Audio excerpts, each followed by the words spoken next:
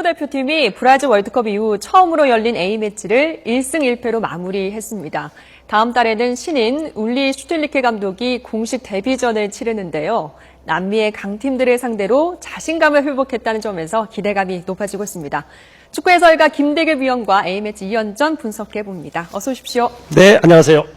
네, 브라질 월드컵 이후 첫 A매치였는데 베네수엘라전은 워낙에 잘했고요. 3대1로 이겼으니까요. 네. 그리고 우루과이전도 지긴 했습니다만 좀 대등한 경기를 펼쳤다라는 평가들이 많습니다. 총평 좀 부탁드릴게요. 그렇죠. 브라질 월드컵에서 1무 2패 부진. 사실 축구 팬들, 국민들께서는 대단한 좀 실망을 하지 않으셨습니까? 그래서 축구에 대해서 이 경기장에 사실 오실까? 그걸 사실 걱정을 했었어요. 근데 부천 종합운동장에 약 3만 4천, 그다음에 고양 종합운동장이 한 3만 8천 매진이 됐거든요. 그래서 역시 국민들께서는 이 브라질 월드컵 부진에도 불구하고 축구에 대한 애정을 끝까지 잊지 않고 계시는구나. 거기에 우리 선수들이 의외로 잘했어요. 사실 걱정을 했죠. 왜냐하면 감독도 공석이고 또 선수들 소집 기간도 짧고 뭐 이런 것 등등이 경기 내용이 또 불안하게 가는 게 아닌가 했는데 의외로 상당히 잘했습니다. 네, 신태용 코치가 감독 대행을 맡았는데요. 다양한 전술이 좀 인상적이었습니다. 어떻게 평가하시는지요? 그냥 감독해도 될 뻔했어요. 네. 근데 신태용 코치가 이번에 이제 이 감독 공석인 자리를 이제 사령탑으로 두 경기를 메꿨는데요. 일단 이제 선수 시절에도 그렇고 이 신태용 코치하면 카리스마가 있죠. 또 성남에 있을 감독 시절에도 이 카리스마가 있었고 또 이번에 가장 또 눈에 띄는 부분은 역시 이제 전술적인 다양성을 우리 대표팀에게 심으면서 그 짧은 기간임에도 불구하고요. 상당히 좀 잘해줬다 뭐 이렇게 평가할 수 있을 것 같습니다. 네, 가정입니다만 이 브라질 월드컵에서도 이번 경기처럼 좀 다양한 전술을 좀 사용했으면 어땠을까라는 아쉬움이 좀 남더라고요. 그렇죠. 근데 뭐 홍명보 감독이 미국에 있으니까 혹시 뭐 이 방송을 보지는 않겠습니다만 들으면 좀 수박했는데 4-2-3 하나의 단조로운 공격 패턴 전술적인 사용이었단 말이죠. 근데 이번 대체적으로 브라질 월드컵에 나선 국가들이 좋은 성적을 내는 이 국가들 보면은 한 3-4가지 정도의 전술적 준비를 했었죠. 뭐 3백에서 4백, 또 5백 이런 형태의 어떤 전술적인 그 형태를 준비했었는데 홍명보 감독은 좀 그런 부분에서 저는 좀 부족했지 않았나 이런 지적을 많이 받았거든요. 그러니까 이번 2연전처럼 우리 대표팀의 그런 어떤 전술적 다양성이 있었으면 좀 낫지 않았을까 하는 생각도 듭니다. 전술에 대해서 좀 더 자세하게 이야기를 좀 나눠보도록 하죠. 그 다양한 전술의 핵심은 그 유로파 선수들의 좀 포지션 이동이 아닌가 싶은데 그렇죠. 그 중에서도 이제 기성용 선수 같은 경우에는 미드필더이긴 하지만 원래 이렇게 측면을 담당했었는데 중앙에 있기도 하고요. 그렇습니다. 또 우루과이전에서는 수비수로 이렇게 활약을 좀 펼쳤어요. 기성용을 위한 전술이다 이런 말도 나오고요. 어떻습니까? 그렇죠. 그러니까 기성용 선수가 결혼하고 조금 컨디션이 떨어질까 했는데 활동량이 워낙 좋아졌어요. 지금 스와지시티에서도 워낙 잘해주고 있고. 그래서 이제 그 베네수엘라전 경기에는 신태용 코치가 이청용 선수를 측면에 놓지 않고 좀 중앙으로 이동했던 그런 전술적 변화도 보였거든요.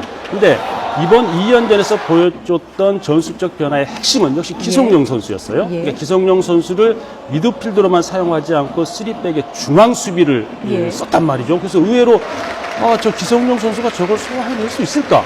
완벽하게 해냈어요. 그리고 이 선에서 나오는 패스들도 너무 좋았고요. 또 때에 따라서는 이제 한국영 선수가 들어가면 기성용 선수를 조금 더 전진 배치시켜서 공격의 어떤 활로를 뚫어내는 뭐 이런 어떤 전술적인 변화가 있었는데 기성용 선수가 아마 슈틸리케 감독의 아주 마음에 쏙 들지 않았을까 하는 생각이 듭니다. 그러니까 수비수지만 수비수 같지 않았다는 평가가 굉장히 많더라고요. 1대1 방어 능력 좋았고요. 또 사실은 현대 축구의 흐름은 최후방 수비란이 어떤 선택을 하고 어떤 패스의 질을 갖고 어떤 공격의 어떤 가담을 하느냐에 따라서 그 전술적인 다양성이 변하게 되는데 기성용 선수가 이번 두 차례 평가전에서 새로운 가능성을 보였다고 봐야 될 것 같습니다. 또 베네수엘라전에서는 한국영 선수도 좀 실험을 해봤었잖아요. 그렇죠.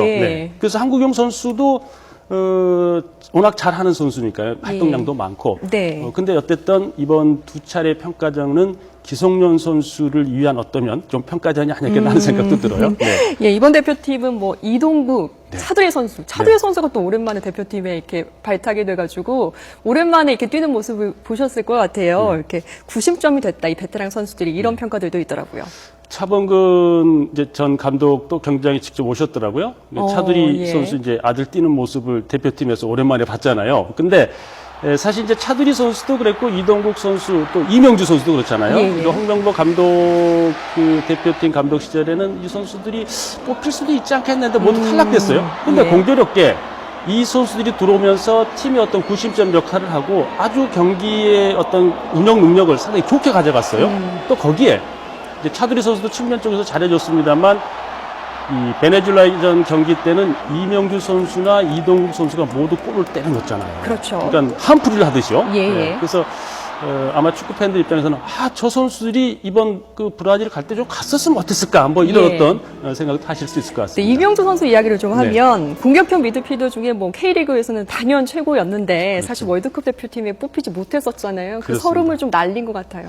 그렇죠. 그러니까 자리 중복도 있었고 홍명보 감독 나름대로는 이제 이 선수들을 구성할 때 이 한 포지션에 2명의 선수들을 이제 선발을 기준으로 하고 있단 말이죠. 예. 근데 이명주 선수가 공격형 미들이다 보니까 이제 자리가 겹쳤다는 이제 그런 이유가 있었어요. 근데 자기 자리에서 그 역할을 해낸 거죠. 그렇죠. 이번에. 근데 저도 그랬거든요. 대표팀 발표 전에 이명주 선수는 분명히 뽑힌다. 최고의 몸 상태를 보여줬으니까요. 근데 결국 이제 탈락하고 말았는데 이번 대표팀 모습의 이명주 선수는 스틸리케 감독의 공격형 미드필더로 자리 잡을 가능성이 높다. 뭐 이렇게 평가해야 될 것 같습니다. 또 이동국 선수 같은 경우에는 네. 대표팀 은퇴는 없다. 불러줄 때까지 열심히 뛰겠다라고 했어요. 이렇게 이동국 선수나 차두리 선수처럼 이 선수들이 계속해서 대표팀에서 활약할 수 있겠죠? 어떻게 보십니까? 근데 이제 제가 보는 견에서는 2018년도를 준비한다면 슈틸리케 감독이 과연 이제 이동국 선수가 만 35이거든요. 예. 차두리 선수도 그렇고 모르겠습니다. 스포츠에서는 불가능이라는 건 없죠. 옛날 카메룬의 그 로저 밀러처럼 이동국 선수가 체력 관리 잘해서 그렇게만 된다면야 뭐 문제가 없겠습니다만 슈틸리케 감독은 두 가지를 생각해야 되겠죠. 그러니까 당분간 차두리 선수나 이동국 선수가 몸 상태가 괜찮으니까 대표팀에 계속 쓸 수도 있겠습니다만 그 다음에 그 포지션에 대한 새로운 선수들을 젊은 선수를 준비하는 뭐 이런 상황이 돼야 되지 않을까 하는 생각이 듭니다. 네, 말씀해 주신 것처럼 신인 감독인 이제 슈틸리케 감독이 어제 입국을 해서 이제 이런 말을 남겼습니다. 이기는 축구를 하겠다라고 했거든요. 당연히 이기는 축구야죠. 그 철학에 대해서는 어떻게 평가하고 계신지요? 슈틸리케 감독은 당초에 우리 언론에서나 전문가들이 예상했던 그런 감독은 아니에요. 왜냐하면 예. 기술위원회에서 이 기준을 정했을 때 일단 월드컵 16강 진출 이상 감독, 그 다음에 영어 구사가 되는 감독 했는데 슈틸리케 감독은 그런 상황이 아니란 말이죠. 근데 이제 저도 이제 기술위원회에서 생각했을 때 너무 타이트한 기준을 마련한 건 아니냐.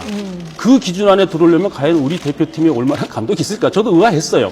그래서 많은 이제 이 기자분들께서 이제 그 추려봤잖아요. 근데 그분들은 다 빗나가게 됐고 결국 이제 슈틸리케 감독이 오게 됐는데 믿어봐야죠. 뭐 기술위원회에서 또는 협회 수뇌부에서 아주 고심하고 했었던 감독 선택이고 또 이 슈틸리케 감독의 전력은 이제 선수 시절은 대단히 화려했어요. 레알 마드리드나 예. 또 국가대표 독일 국가대표 10년 정도 했었던 그런 선수 경력을 갖고 있는데 이제 문제의 걱정은 이제 지도자 경력이거든요.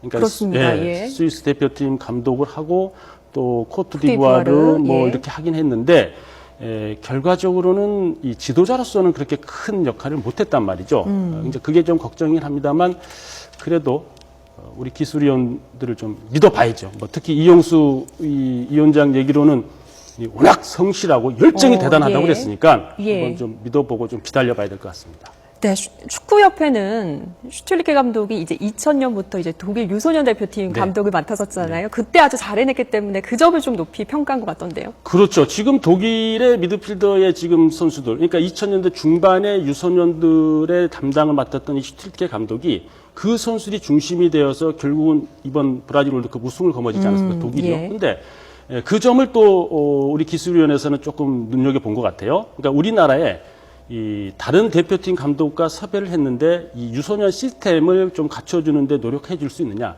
예. 대부분 그걸 좀 어렵다고 좀 얘기를 한 것 같아요. 하지만 슈틸리케 감독은 뭐 집을 완전히 뭐 이사를 하겠다 해서 이 대표팀도 대표팀입니다만 우리나라 유소년 시스템에 대해서 조금 더 안정적으로 갈 수 있게끔 해주겠다. 근데 이게 중요한 부분은요. 지금 일본이 이 독일 분데스리가를 벤치마킹해서 상당히 성공적으로 가고 있어요. 예. 예, 그리고 전 세계 지구촌에서 이 가장 안정적이고 가장 잘 되어 있는 시스템을 꼽으라고 한다면 독일이거든요. 그러니까 체육 정책 시스템. 그러니까 우리나라는 이 스포츠 강국입니다만 스포츠 선진국은 아니거든요. 근데 독일 같은 경우는 스포츠 강국이면서도 스포츠 선진국이 될 수 있는 시스템을 갖춰놨죠. 축구도 마찬가지입니다. 그래서 그 점을 우리 협회에서는 좀 요청하고 있고 또 그걸 또 잘해줬으면 하는 바람입니다. 근데 사실 코엘료 감독 같은 경우에는 오만 쇼크만 남기고 이제 빨리 물러나지 않았습니까? 네. 그러니까 히딩크 감독을 제외하고는 이 외국인 감독들이 이렇다 할 성과를 많이 못 낸 것 같아요. 그래서 슈틸케 감독께 뭔가 조언을 좀 해주신다면 어떤 거 해주시겠어요? 일단 이제 슈틸케 감독도 빠르게 우리 한국 축구에 적응을 해야 될 거예요. 왜 그러냐면 이제 특히 선수 파악부터요. 지금 히딩크 감독은 유일하게 외국 감독 중에 성공한 감독이고 그 이외의 감독들은 성공하지 못했어요. 그 이유를 조금 들여다보면 히딩크 감독에게는 많은 시간을 정책적으로 지용을 했고 훈련 시간도 많았단 말이죠. 그게 이제 우리나라에서 월드컵이 있었던 거니까요. 예. 근데 그 이후의 감독들은 역시 잘 하지 못하고 불명예스럽게 간 감독들이 많단 말이죠. 근데 예. 슈틸리케 감독 그거 알 겁니다. 어떻게 해야 자기가 살아남을 수 있는지. 그렇다면 빠르게 대표팀에 대해서 파악하고 정상적인 안정적인 궤도에 끌어들이고 거기에 또 우리가 요구하고 있는 유소년 시스템을 잘 갖출 수 있는 이것만 잘 해준다면 또 본인이 얘기했던 대로 이기는 축구만 하면 그만둘 일은 없겠죠. 예, 슈틸리케 감독이 어떤 축구를 보여줄 걸로 보이는지 간단하게 정리 좀 일단 이제 해주시죠. 독일 출신 감독이고 독일의 전술적 상황은 이번에 월드컵에서 보여줬던 그러니까 스페인의 티키타카의 여성스러움이 있었다면 슈틸리케 감독 입장에서 본다면 독일 출신 감독이고 해서 독일이 보여줬던 좀 더 남성적인 티키타카의 어떤 축구 전술을 우리 대표팀에게 좀 접목시켜주길 좀 기대하겠습니다. 네, 지금까지 축구 해설가 김대계 위원과 이야기 나눠봤습니다. 오늘 말씀 고맙습니다. 네, 감사합니다.